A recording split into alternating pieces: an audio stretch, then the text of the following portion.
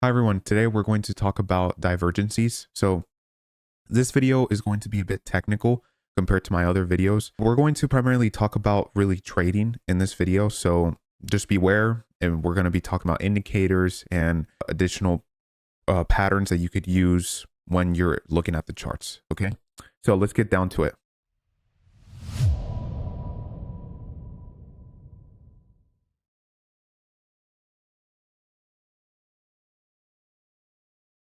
Okay, so today we are going to talk about divergencies. So for some of you, maybe you guys know what divergencies are, maybe some of you don't, but a divergency is when the price of the security is moving in the opposite direction of a trend following indicator, such as like a moving average.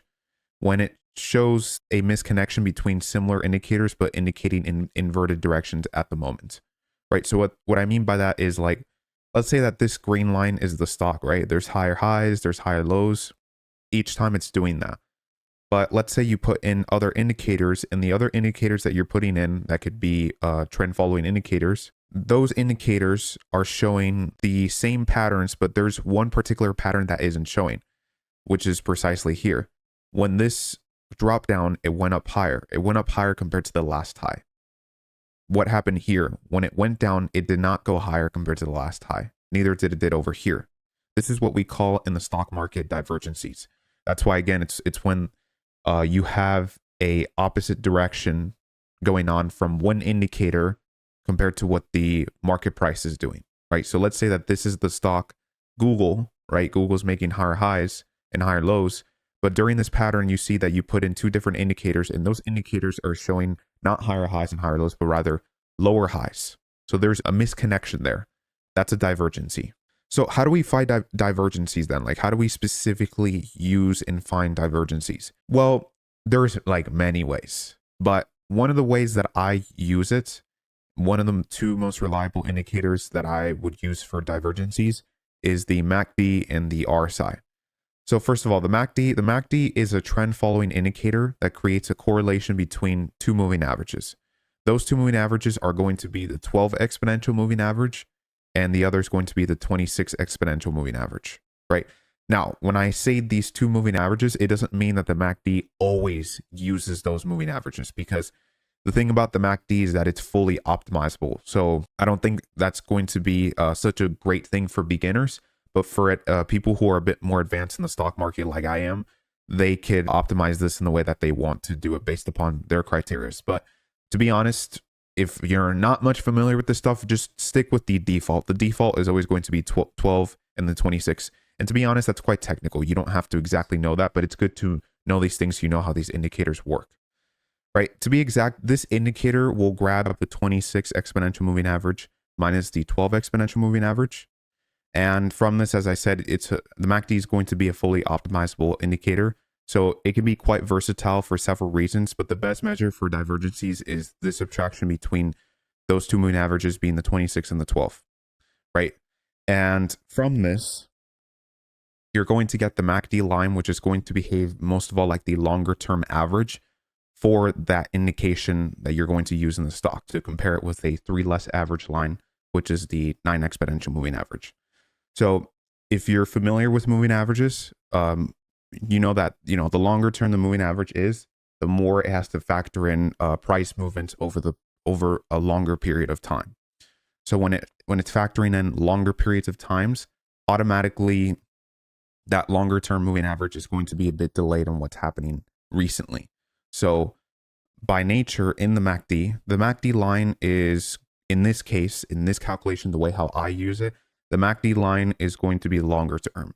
So whenever you see the 9 exponential moving average above the MACD line, that's going to represent an upward movement momentum. Same as said vice versa, when the 9 exponential moving average is below the longer term moving averages, it just shows that recently the prices have been underperforming compared to a while ago, which means that there's more bearish momentum. So by that nature, this isn't exactly important for divergencies, but it's good to keep in mind if you're going to use the MACD for other reasons too. So that stuff matters to understand about the moving averages. But for divergencies, not exactly, because you will see that a MACD line is similar to what to line. Really, the MACD is just a line and it has a few histograms, but it's not super complicated once I'll show it to you. The RSI, on the other hand, the other RSI stands for the relative strength indicator. The difference between RSI and MACD is that unlike the MACD, which is a trend following indicator, the RSI is actually an oscillator. If you guys don't know what an oscillator is basically, have you guys seen like a pendulum? A pendulum? You know how if you swing a pendulum to the left, it's going to automatically eventually go back to the right. And once it goes back to the right, the momentum is going to recede and go back to the left. Well, in the market, that's the way how it works, right? And then the way how we familiarize ourselves with that left and right motion is when we say overbought or oversold regions. That's why whenever something is overbought, it's eventually not going to be overbought and going to go back to the average, because once things are bought to so much length, there's not much people to having factors to buy anymore, or at least the motivation to. That's how oscillators work. And same as said when it comes down, right? The more oversold it's going to be, the less oversold it's going to be in the future. That's why they're oscillators. That's what an RSI is. To be exact, the RSI simply rates the strength of a security in a scale from 0 to 100. Also, security people say securities oftenly in the stock market. Think of it most of all like a marketable assets, right? That's kind of, there's just another word to say it. But on other terms, it's like a market type of asset. Like that, securities can be mortgage-backed securities. It could be bonds, or it could be stocks, right? But again, an RSI just simply rates the strength of the stock from 0 to 100. Commonly, the RSI is most of all used to see overbought and oversold regions on the security. The most reliable measure for an overbought region from the scale of 0 to 100 is when it's past 70. And when it's oversold, it should be below 30. To be exact, the RSI simply compares the magnitude of the stock's recent gains and recent losses. Essentially, momentum as directional volatility type, right? So what I said was like, in other words, because if you guys are beginners, you guys are not likely going to understand this, right? But an RSI is not exactly a volatility type of indicator, right? It's not like a volume or anything like that, because it does show you direction, but it does show you volatility because it's showing you a strength. Therefore, that's why I said it's like a momentum type of directional volatility type of indicator. The RSI scale rises, right? So when scale rises, it goes from maybe 40 to 60 to 70, until it gets closer to 100. You guys know that what I said here is that when it's past 70, it's overbought. And remember that like an oscillator, whenever something's overbought, it's not a guarantee, but it's likely going to come down, because nothing is guaranteed in the stock market. But that's the way how it works. To be specific, once this scale rises closer to 100, it doesn't have to be exactly close, but let's say that it's positive, like more than 50 or something. That indicates that there has been more average upward price changes compared to average downward price changes. And same is said vice versa for lower scales. That way, if the price is going below 50 and it's getting close to 0, that indicates that the stock has had, specifically the RSI has been showing and calculating that there's been, by average, more downward price changes compared to upward price changes. So it factors in most of all the changes, like how strong the changes have been over a period of time. That's why it's an oscillator, but momentum, as I said. So that's for an RSI. Now, what's important in practicality is, how do we use these indicators for divergencies? It's simple. So here's an example of a stock. This is actually Bank of America, but I cropped it out. You can see that this stock, first of all, if you're a bit more familiar with the markets, this is pretty much in a downtrend because there's lower highs and lower lows. But here's the thing. In divergencies, the first thing you want to look for is to see, obviously, what trend the stock is in. Afterwards, in the trend, you want to see if there's been lower lows. In this case, we're looking for lower lows because by nature, a divergency is always going to be a form of countertrend trading. Countertrend trading is whenever you trade against the trend of that stock. So Bank of America's trend is in a downtrend. It's going down. When we do a countertrend trade, we're going to basically enter a trade that's going to be bullish. We're going to bet that the stock is going to go up eventually. In this case, Bank of America is in a downtrend. So we're going to look for lower lows. Is this a lower low? Well, this low is lower than this low, right? That's not a lower low because this would be a lower high. This low is higher than this low. So we're looking for prices later on to be, in this case, in a downtrend, to be lower compared to the previous low, right? You might be saying, well, what about this low? No, because a low is defined as the lowest low. So what's the lowest low in this area? Well, this one. Okay, so then we need to see if the price here or here has passed it. And that hasn't happened yet. So you just have to keep waiting. Eventually, the price did pass below that level and it made a lower low, right? So there's a low right here and the low is here. There's lower lows. Now, the way how we find a divergency is by adding one of the indicators. In this case, this is the MACD. This is the MACD of what I was explaining. And this is the lines that what I was talking about. Specifically here, what's the MACD line? Well, the MACD line is the purple line is actually the MACD line, and the green line is the 9 exponential moving average line. Obviously, because a shorter term moving average, as prices go up recently, are going to be higher in average compared to an average price of a longer term. That way, you guys know that the MACD line has a longer term average compared to a 9 exponential, because 26 minus 12 is about, it's 14. Yeah, it's 14. And comparison from 9, there's like a difference there of 5, right? So it's higher compared to that 9 exponential moving average. That's why the 9 is higher. But you guys don't have to worry about this. What I would say is what's most important is whatever line is the low, this is the low. Okay? Right over here. What I look for in a divergency is the low of the stock was over here. So if I look at the MACD line in the same period, it's right over here. It also made a low.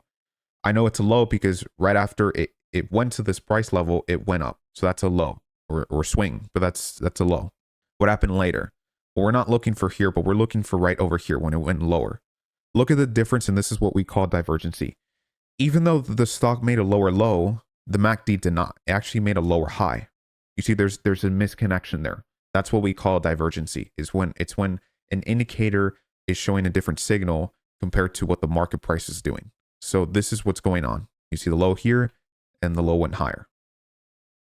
Right, it went higher. As you see, if I trace the line, you can see that it's going upward. Compared to over here, it's going downward. A divergency. Now, please, you should not rely on just one indicator. Look, in trading, it's absolutely crucial that you have confluence. It doesn't matter whether you're scalping, right? I don't care if you're scalping, if you're intraday scalping or swinging. You must have areas of confluence if you're in trading, but also in investing, actually, if you're more inclined towards technical analysis. Because by fact, every indicator can plot based on specific criteria that are shown based on the security. But that by itself makes it uninvincible, because an indicator is not able to plot what's affecting around the stock of what's pulling a criteria rather than just pushing it. I don't know if that made in somewhat sense, but an indicator on itself, an indicator is always calculating based on several criteria that it can find. But based on that measure, no indicator is able to tell you where the stock can move, because a stock is moved by multiple different things. And by just plotting a specific indicator, many times the stock is moved based upon what other things are affecting it that an indicator can't simply get, because an indicator is trying to plot an answer based upon specific criteria that it gets. But if it's not getting the specific criteria, but it's getting other criteria, it's going to grab it as a false entry. It's like similar to coding, right? It's not going to give you a clear answer. It's the same thing as like AI, right? Because AI is able to give you, it's really the same thing. It's able to give you information, but just because it gives you a lot of the information does not display it's smart. It can't tell you whether it's right or wrong. And that's what indicators show you. They somewhat do, but they can't know with full certainty because it's only in the realm of what they know. And what they know is based on what they're plotting. And they can't plot everything, or else it's not going to give you a specific direction of what's being moved.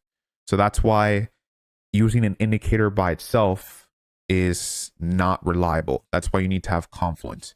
If you guys don't know what confluence is, Confluence is just basically when multiple different indications show up with the same signal, right? So the more indications you have around you that are showing the same signal, the more stronger that signal becomes. A signal in the market are caused by a reason, right? So when you have an indicator, it's caused by a reason, but also the movement of what could be the reason is actually caused by other reasons too that are moving the price. So that's why it's factually impossible and it's foolish to think you can know where the stock will go with certainty, because that shows an indication is plotting what it's specifically calculating to make a certain signal that is momentarily, but it doesn't plot afterwards and neither before, making it unreliable to just use by itself. And that's why in divergencies, we just don't use the MACD or the RSI. Here's an example of what I mean by just using one indicator. You can see that we're using the MACD. Look at what happened here. You can see that, first of all, the stock is going up. Okay, so what we're looking here is for higher highs because it's in an upward trend. It's in an uptrend there. Over here, there's a higher high. This high is higher than this high. Okay, so the next thing we do is look at the indicator if the same thing is showing. Ideally, if it's not, for a divergency, you can see that's happening. Look, the MACD is actually showing a lower high.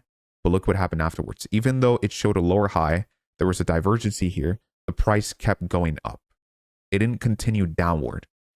And this is just one example. This is what I mean that by, you can't just rely on one indicator, because no indicator, it's by fact, it doesn't make sense to just use one indicator because it's only factoring in specific criterias. Now, here's another example with just the RSI now. You can see that there's higher highs compared to this high. But the RSI show that there was higher lows. Yet what happened later, the price kept going up. It didn't go down. Remember, in a divergency, whenever there's a divergency in the stock, you're betting for a counter trend. So if the price is going up, you're going to bet short. You're going to bet that the price is going to drop. But in this case, it did not drop. That's why in the previous example over here, the price did drop, but because there was a divergency in this case, it did go up. Now, this I'm going to talk about eventually, because you might be saying, but wait, Santiago, you're seeing that even though you told us that you should never use one indicator, but this did work because the price did go up. Yeah, but that's the thing.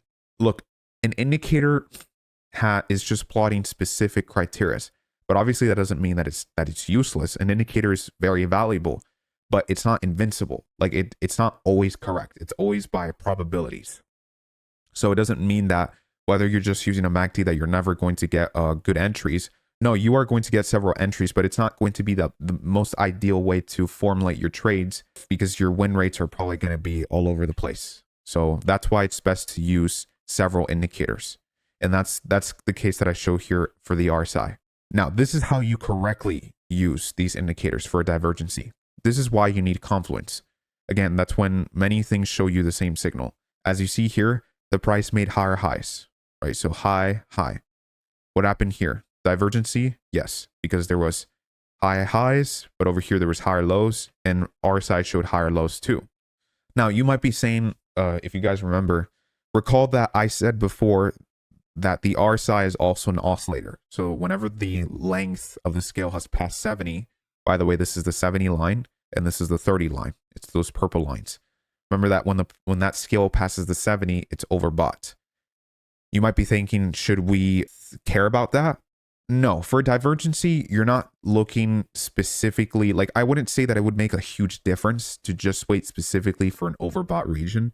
Why? Because it doesn't show a lot of the times. You're going to have a lot of not much entries. It's better to just look at basically the lines and to just see by visually that the length here, it has made lower highs in the case for a divergency, or vice versa. If the price made lower lows, you would be looking for, in these indicators, lower highs. But in this case, there's a divergency. There's lower highs and there's lower highs on the MACD and the RSI. That's why when the price did this, it went down, right? Now, is it a guarantee? No, nothing is a guarantee. Just because you have two indicators, just because even if you have all the indicators in the world, it's not going to give you a guarantee that the price is going to move to the direction you think it is. Because there's yet a lot of things moving the price. There's also fundamental reasons. There's also liquidity reasons. There's just a lot of things that can move the price. But out of this though, how many indicators should I have then for an area of confluence? In terms of technical indicators, you should have about 2. So that's why you should have 1, the MACD, and 2, the RSI. So you should use the MACD on the examples I'm showing you for the divergencies and for RSIs with the MACDs to make the signals for divergencies more reliable. You know, the key to this is to have both of them showing the same signal. So the best system is not to enter only if the MACD or the RSI has shown a divergency compared to the market price, but rather you should enter both of them when they're showing the same signal in the right context, of course, in that stock. Okay, so let's look at some charts. I'm gonna show you other examples so you can see visually how it looks like on the charts. Okay, so let's look at Microsoft, right? So what happened to Microsoft? Well, you can see over here, also over here, but let's look at over here if there was anything. Well, actually here, because there's actually a pretty clear signal too. Look at what happened. The price went up higher here compared to this high, so there's higher highs. When you look at the MACD, it made this high was higher than this high, making it lower highs. Same as with the RSI. This high is higher compared to this high. So there's a full divergency here. That's why the price eventually went down. So if you did a short trade there, it would have been successful. And then over here, the price made lower lows because this low is lower to this low. So this is lower lows. But if you look at the indicators, the MACD does show a higher low. However, look at what happened. The RSI didn't. So that's why in trading, I don't know if, if you're a beginner, this is going to be, obviously it's a long journey. It's fun, but it does require you to be disciplined. Just because the MACD is showing you a signal does not mean that you should enter, because look, you're not entering because of ifs or if it did this. No, look, that's actually the death of a trader. I know from experience, and I see that several times, and I think it's a terrible thing to do. You should never have, and it's going to be normal. It's fine if you have it several times, but over time, try to reduce the amount by just being really disciplined to your rules, because there's nothing worse than breaking your own rules in the trading system because you don't know what the hell you're doing. So when you don't know what the hell you're doing and you made money by chance from what happened that wasn't by probabilities towards your side, if you do it again several times, you're going to lose. You're going to be almost guaranteed to lose, because the thing about it is, like, once people make money on something, they become confident. And sometimes when they don't know the full matter of what they did, they sometimes become greedy, right? So whether you're not even greedy or not, I just don't recommend anyone to say to this and say, oh, I should have entered this because look, the price still went up. Yeah, but that doesn't mean that you should enter it, right? Again, these are all by probabilities. If this divergency, for example, I'm just saying this as an example. Let's say that this whole study set by itself without any other indicators or any other patterns, let's say that this example had about like a 60 to 70% win rate. Even if it had a 60 to 70% win rate, you are still going to have times that you're going to hit 30% or the 40% of losses. So once those losses come in, which they will definitely do, like, believe me, I know, I've been trading for many years, they will happen. And I think a lot of professional traders know, like me, that you will have losses because it's supposed to happen in trading. But when the losses come, you're supposed to stick to your rules. That way you're still in the game, right? You're still in the game.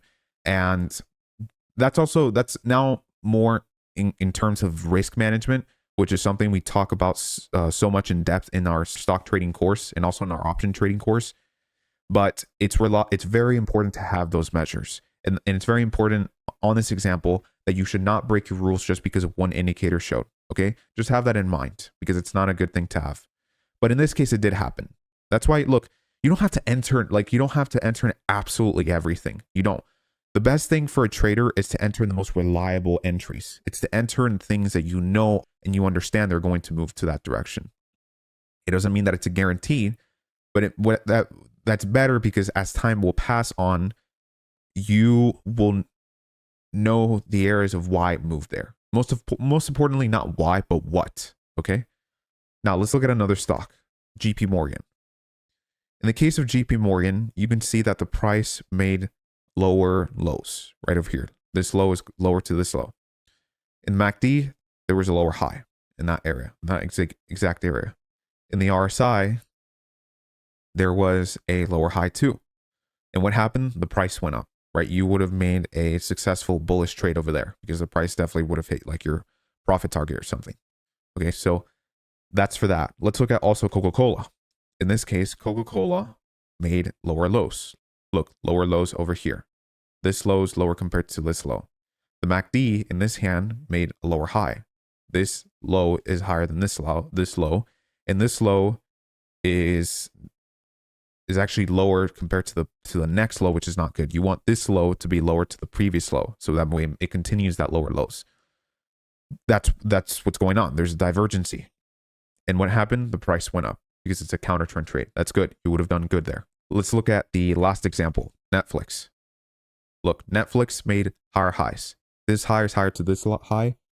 The MACD showed a lower high in that same area. This high is lower to this high. And this high in the RSI lower to this high. So that's why the price additionally went down.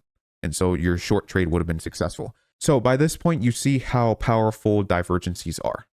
But as I said, you always want to have areas of confluence, and you never, ever, never should break your rules. It's absolutely crucial. If you want to become a professional trader, you have to be disciplined. And just because one of the measures that you have in total showed the signals of what it can potentially move in the stock move there does not relate in the fact at all that that indication of itself is reliable to just use it singularity on the future. That's why you have to be disciplined. That's one of the virtues that when you become a professional trader, that automatically you will be disciplined, because it's not about always hitting home runs and always being right. It's not about that. It's actually being consistent. That's really the goal of every trader, is to be the most consistent over a period of time, because a lot of things happen in the market. The market changes frequently, and that's kind of what I'm going to explain in a bit. And that's why being a professional trader like myself, it's important to have multiple things showing you a signal and to also be adaptable to what the market shows. So, in seeing this, using divergencies can be a powerful tool to have in trading, whether you're trading in stocks or in options. And, whether you're a pro or a beginner, divergencies can work really well if you operate them in the right criteria. Of course, as I said before, the more confluence you have, the more solidified that entry is going to be for your trade. So while you can enter doing divergencies, but you need to keep in mind that divergencies is just a single strategy. Ultimately, every strategy in the stock market has win rates, which can give you probabilities, whether you'll be right or whether you'll be wrong in that trade. But don't worry, that's completely normal. Every single strategy in the stock market has probabilities whether you're going to be right or wrong. However, there are ways of optimizing how you use your study sets and strategies to work coherently with each other, and that can increase more your win rate. And that's what we teach in Selection in our stock trading and option trading course. A great professional trader always never relies on one thing, but the true value of a trader is actually to be fully adaptable to what comes to him or her, which of course that's constructed by the system and overall in place that he or she has to face in the markets, but also the experience that she or he modifies those systems to best execute them in the current market conditions, as the market is always evolving as time passes on with more liquidity, and that can influence a bit several strategies. That's what we teach in our academy, how to become that adaptable trader with the system they have to place to work with the market. Additional metrics that you can actually use that can strengthen that signal in your confluence is using candle patterns, using trend average patterns, using price action patterns, or using also and using fundamental criteria. If you have all this stuff, it's going to increase a lot more your win rates. We've found these other criteria in Selection to be the best study set you should use when using the exact indicators we have shown in this video and the way how to use them. it can make your signals a lot more clear with less fake outs. Okay, so that's it for this video. Again, this was more directed towards trading, and this is really like the tip of the surface. Like this is a one of the very few indicators that we actually do teach in the course. As of right now, the course on trading is going to be published in the future, very soon. However, we are going to actually have a webinar in 2.5 weeks. So if you're watching this right now when it's been published, keep in mind that we're going to have a webinar on November 4th at 3 p.m. In that webinar, just so you can know, in the webinar, we're really going to explain a lot of this stuff. I'm going to be explaining for a few hours, not a lot of hours, but a few hours in that day on what the stock market is, what you need, what you should get, what sort of accounts, what sort of brokers you should go for in terms of your circumstance, and also how to look at the markets in real time. And I can give you additional thoughts on what I see in the market to be doing in real time and using other strategies that I will teach in that webinar. So make sure to check it out. We are going to do it on November 4th as of 2023. So if you're interested into that, make sure to sign up right now because it's pretty soon and we do have a queue for it. Okay. I'll leave a link in the description.